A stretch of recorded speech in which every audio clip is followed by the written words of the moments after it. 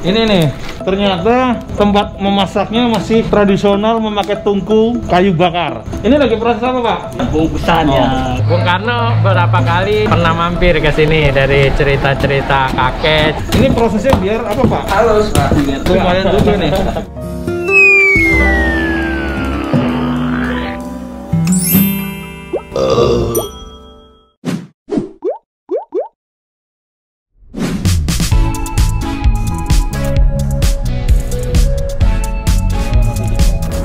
Dulu, Presiden Soekarno melalui jalan ini ketika dari Jakarta menuju Istana Bogor. Sebelum ada jalan tol Jagorawi, Jalan Raya Bogor ini adalah jalur utama yang menghubungkan Jakarta menuju Bogor. Saat melintasi daerah Cisalak Depok, Soekarno pernah mampir untuk menikmati kuliner di sebuah rumah makan. Dan saat ini, Peyut Gembul sedang menuju ke rumah makan legendaris tersebut. Jika dari arah Jakarta menuju Bogor, lokasi rumah makan ini berada sebelum Pasar Cisalak.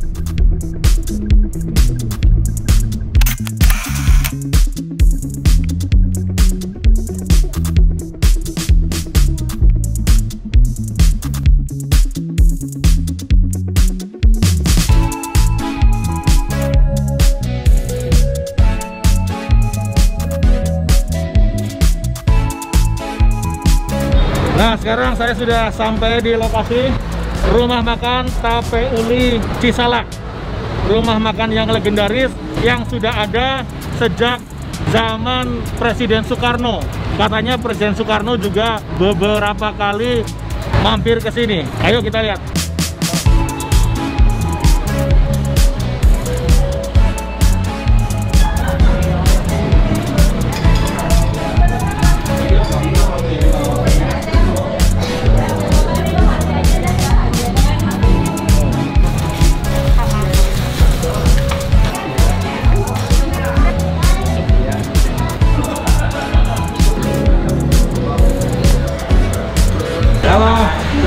Selamat siang, dengan Erik, Pak. Dengan Erik. Kebetulan banget langsung dengan pemiliknya, Bang Erik. Ya.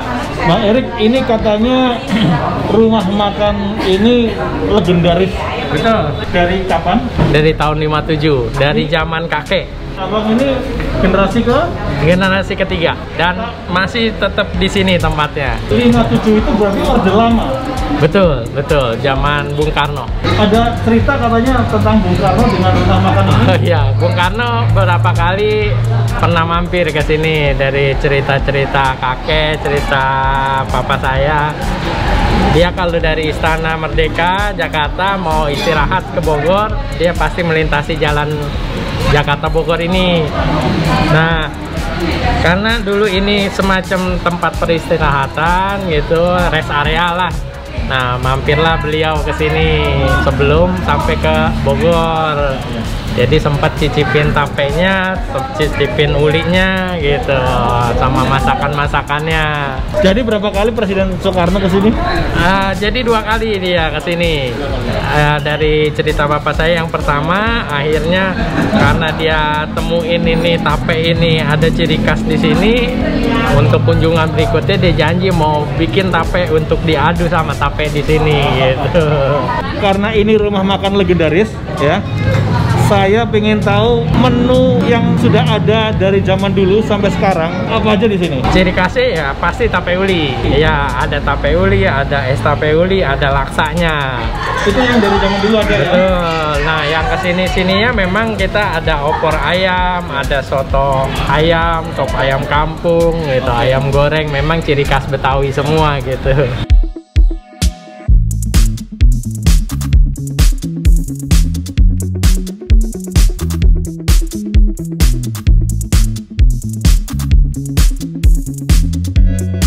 Jadi rumah makan ini menurut aku termasuk unik ya. Selain punya nilai histori, juga rumah makan itu biasanya makanan berat.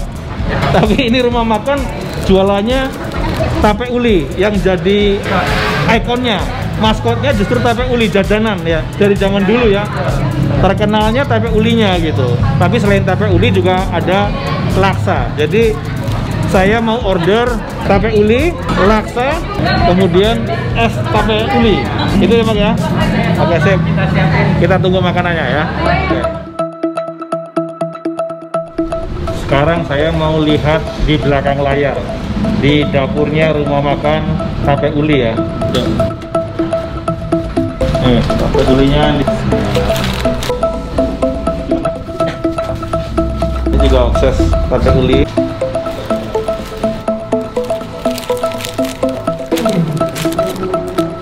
Silakan.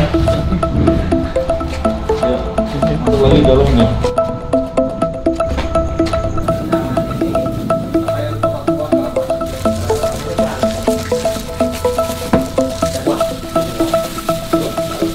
Ini proses ulinya lagi dibungkus-bungkus.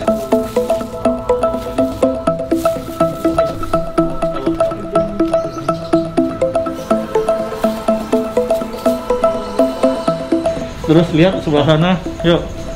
Nah, ini nih, ternyata tempat memasaknya masih tradisional, memakai tungku dan kayu bakar. Ini lagi proses apa, Pak? Ini proses apa ini? Uli Pak. Pengukusan. Bungkusannya. Oh. Ini lagi mengukus ulinya, ya.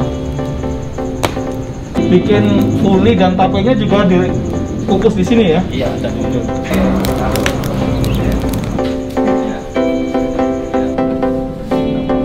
Nah, Om Erik, Ya, ini ternyata masih pakai tungku tradisional. betul. Apa alasannya? Padahal sekarang sudah banyak kompor untuk Ya. masak gitu. Itu untuk supaya ulinya itu atau pengukusan ketannya itu matang secara merata. Oke. Dan kenapa saya masih pakai tungku ini dan kukusan ini? Jadi kadar airnya itu dia nggak ngumpul. Kalau di panci atau di kompor itu dia akan ngumpul airnya. Jadi kadar airnya itu tinggi. Jadi kalau ini dia bisa lebih menyerap air. Dia airnya bisa lebih menguap gitu. Jadi nggak terlalu banyak air. Kenapa masih pakai dandang ini juga? Karena dandang dan tungku ini bisa lebih meresap merata gitu panasnya, matangnya juga lebih merata. Pakai kayu bakar ini, kalau pakai kompor gas tuh kan kayaknya satu tungku itu kurang panas gitu loh. Kalau ini dia panasnya bisa lebih menyebar gitu. Dari zaman orang tua saya udah pakai ini. Iya. Ini dandangnya dandang zaman dulu nih ya? Ini dandang tembaga Pak. Tembaga? Iya, memang Oh, tembaga beda. asli. Kalau sekarang kan aluminium ya? Aluminium, kita pakainya yang tembaga, penghantar panas yang bagus. Iya. Kalau tembaga itu.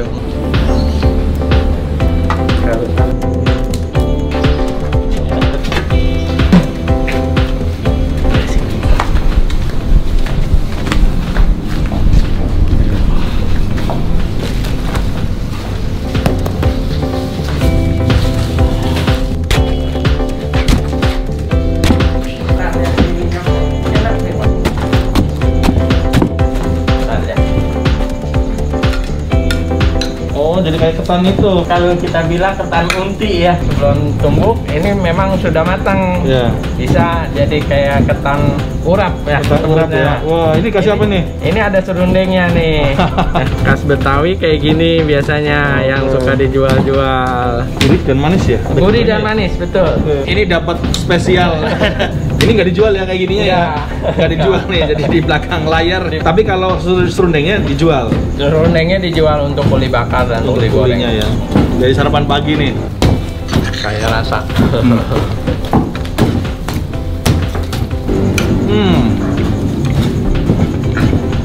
Gimana rasanya? Ini dari ketannya masih hangat, dia masih fresh banget, langsung dari tungku kita ambil, ditaburin serundeng. Ini serundengnya gurih, asin, manis. Ini apa? Terbuat dari apa nih? Kelapa, Kelapa ya? kelapa sangrai. Kelapa sangrai. Kelapa sangrai, udah disangrai, masih kita tumbuk lagi.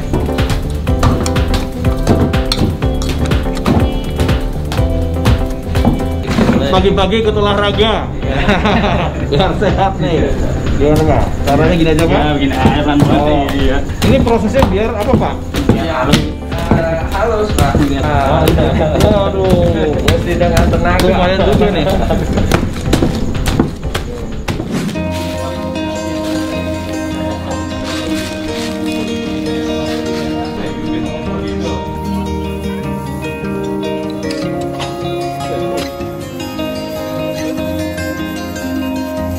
Ini untuk tape, Pak. Tape. Nah, proses perendaman tapenya nih, kita pakainya ketan hitam dan ketan putih. Perbandingannya satu.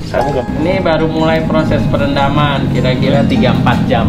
Proses pertama banget ya. Proses pertama. Ini fungsinya untuk melunakkan sedikit. Jadi kalau langsung dikukus, dia akan makan waktunya juga lebih lama lagi. Ini dijual buat kapan nih? Kalau untuk proses sekarang ini untuk 2 hari ke depan. Karena nanti fermentasi itu biasanya 2 hari. Jadi kalau misalnya ini hari Minggu, prosesnya nanti untuk penjualan di hari Selasa. Ada proses fermentasinya, ada ruang penyimpanannya, itu nggak boleh kena sinar matahari, jadi memang mesti kondisi yang lembab dan ruangan tertutup, minim cahaya lah. Ini tapenya yang sudah matang, udah siap saji, sudah siap dijual ya. Sehari produksi yang tape berapa? Kalau untuk Sabtu Minggu 25 liter, Pak. Jadi kalau 25 liter itu kira-kira dapat 4 baskom kayak begini. Terus kalau yang ulinya? Ulinya itu kalau Sabtu Minggu 15 liter. Kalau hari-hari biasa 10 liter. Ini kalau orang di luar Depok ya pengen beli ini, apakah bisa? Bisa, lewat kita udah ada di GoFood, udah ada GrabFood. Nah, jadi media sosial sekarang kan udah lebih mudah. Kita titip-titip jual di outlet-outlet Bogor. Jadi memang arah ini kita ke Bogor, bukan ke arah Jakarta. Mana tempat wisata? Mereka sekalian sambil berwisata, bawa pulang oleh-oleh Bogor. Jadi oleh-olehnya Bogor ini. Jadi oleh-olehnya Bogor malah.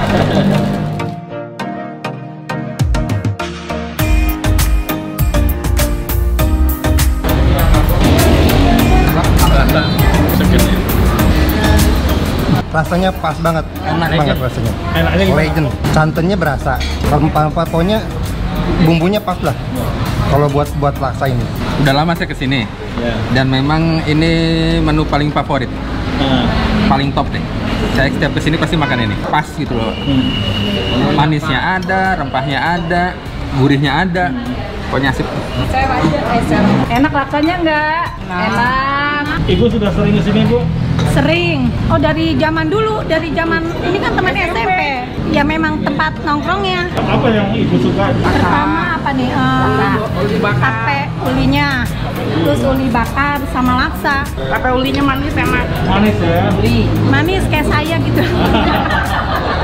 Porsinya banyak gitu, rasanya sih enak juga ya. Kalau nggak enak nggak habis, nggak bakalan habis.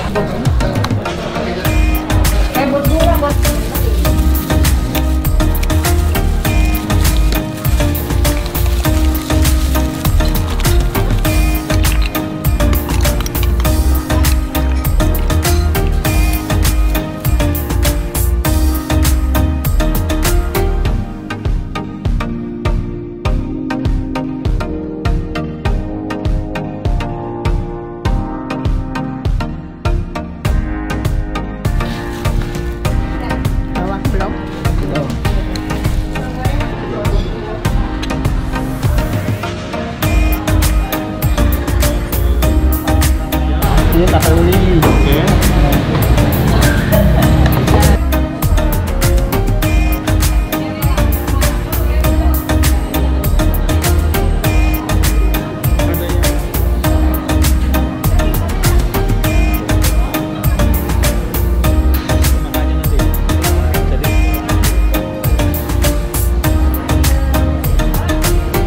Nah, ini makanan sudah tersedia di meja. Nah, apa aja yang saya pesan? Pertama, nih lihat, laksa, makanan Betawi. Kemudian ini tape ulinya. Ulinya. Saya tanya dulu cara makannya gimana ke Bang Erik. Ya. Nah, ini Ya. saya mau makan bingung nih. Ini ada makanan utama, ini makanan pembuka, ya gitu. Betul. Kalau mau makan tape uli ini pasangannya ini tape. Jadi tape ini cocolannya sebenarnya, Pak. Oke. Jadi ini makannya mesti berbarengan. Nah, ini potongan memang udah sekali hap langsung di mulut. Nah, Pertanyaannya, kenapa ini kok dipasangin ya? uli ini gurih asin. Nah, tape ini untuk netralinnya ada rasa manisnya, ada rasa asamnya sedikit gitu. Jadi ini pasangan yang pas. Ada caranya juga ya, Ada biar nggak salah nih cara caranya. makannya nih yang bener nih. Buka dulu Buka ulinya, dulu, ya.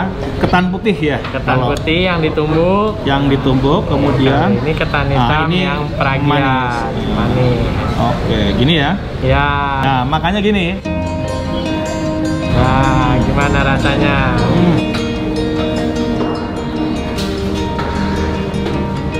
Nggak bosan ya, Pak? Nggak bosan, Mak. Karena setiap hari pun saya harus cobain ini. Apa ini ya? Quality control ya? Betul. Peragian tape ini banyak mitosnya, Pak. Iya, gimana mitosnya gimana? Jadi kalau untuk meragikan tape ini, dia mesti dalam kondisi pikiran yang tenang. Oh, Nggak boleh ada pikiran berkecamuk, karena itu akan mempengaruhi nanti hasil manisnya tape. kalau misalnya itu gagal. Betul, gagal. Bisa asam, bisa pahit, bisa... Dari pengalaman begitu ya, Iya, membuktikan. betul. Apalagi kalau yang buat sedang menstruasi. Itu memang nggak boleh. Ya, karena menstruasi itu kan mempengaruhi hormon dia. Iya. Hormon emosi dia atau pikiran-pikiran dia. Jadi dia nggak bisa konsentrasi itu dalam peragian. Itu nggak akan bisa, nggak akan jadi. Weh, ini bukan tape sembarang tape gitu. Dari pembuatannya ternyata juga ada cara-cara khusus, ada syarat-syarat khusus yang dilakukan dari zaman dulu ya. Betul, betul. Jadi secara emosi pun dipertimbangkan karena bisa mempengaruhi hasilnya. Ya, ini ada filosofinya juga bahwa uli ini maunya panas, tapi tape ini maunya dingin. Jadi ada suatu keseimbangan panas dan dingin sebenarnya.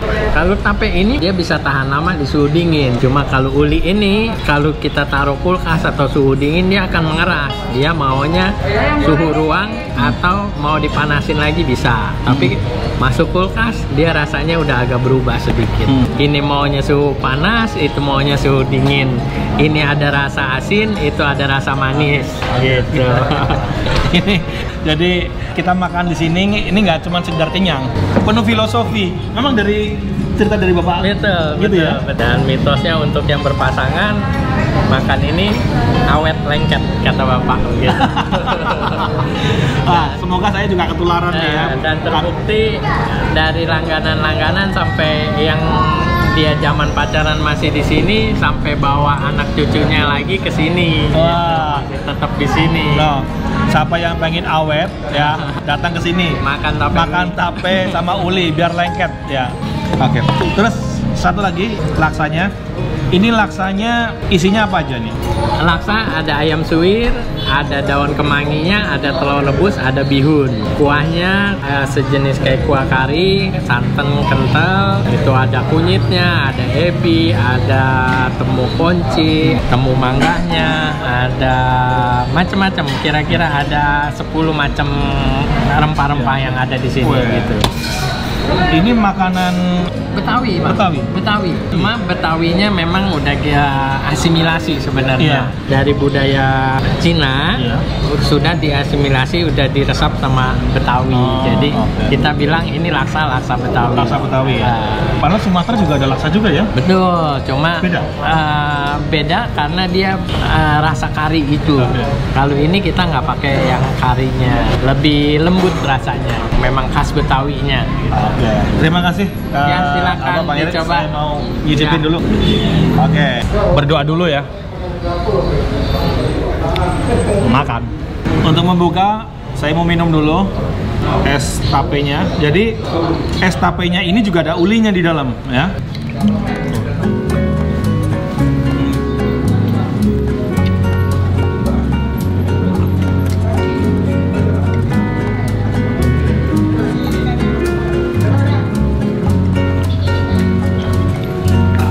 Mantap banget dan berbeda karena apa? Biasanya es tape umumnya itu hanya berisi tape, tapi ini pakai uli juga, pakai ketan. Jadi ada rasa gurih asinnya juga. Es tapi ada rasa gurih asin, menarik banget.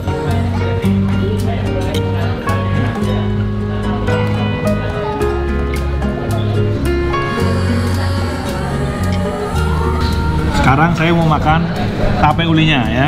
Jadi ikuti cara Bang Erik tadi. Kita buka ya. Nah, di sini, oke, sudah tercampur. Kita makan.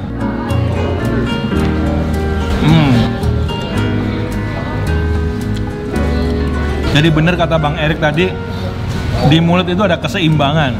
Kalau kita cuma makan tape doang, kadang manisnya terlalu kuat gitu. Nah, ini dinetralisir, diseimbangkan dengan uli yang gurih dan asin.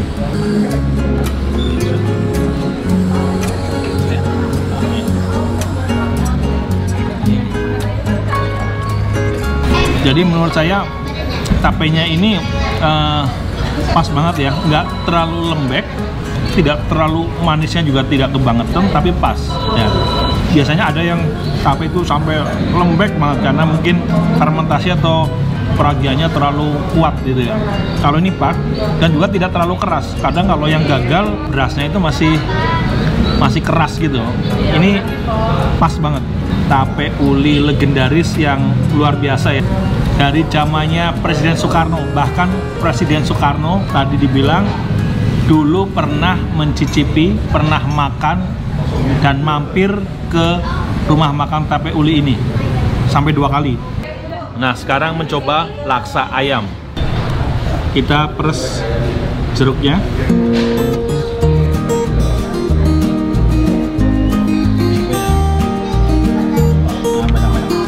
Boleh lihat? Wah. Jadi dalamnya bihun nih. Yang pertama bihun.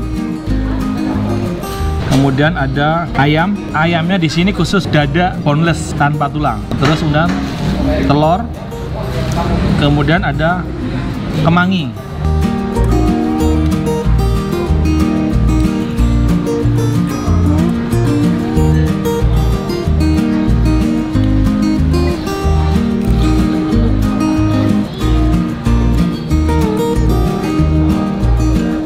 Ini katanya terbuat dari 10 bumbu.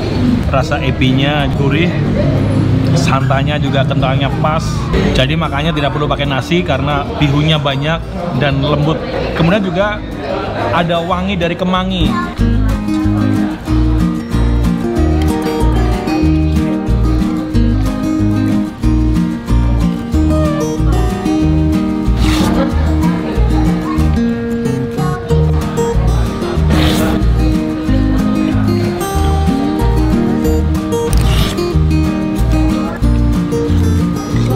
Dua jempol. Jadi rasanya saya bilang ini sangat komplit, tapi tidak terlalu strong rasanya untuk masing-masing rasa. Tidak ada yang paling menonjol apa gitu. Jadi ada gurih, ada manis, ada asin, ada asemnya, ada wanginya. Ini luar biasa, seimbang. Bang Erik, menurut aku gini, ini masing-masing nggak terlalu kuat, tapi betul. Semua gitu. Pas ya, memang semuanya berasa tapi nggak saling mengalahkan. Betul, betul. Ya, itu pengaruh dari yang 10 macam rempah-rempah lah kira-kira. Itu ada cabai, bawang merah, bawang putih, ada kemiri, ada lemuk mochi, ada jahenya, ada kunyit, ada ebinya, ada serai, ada daun salamnya. Itu 10 ya? blend. Oh, nggak ada rahasia loh. Oh, dikasih tahu loh sama Bang Erik. Iya, kira-kira 10 ada 10 rempah-rempah tadi disebutkan, luar biasa dan mungkin bisa Anda coba di rumah.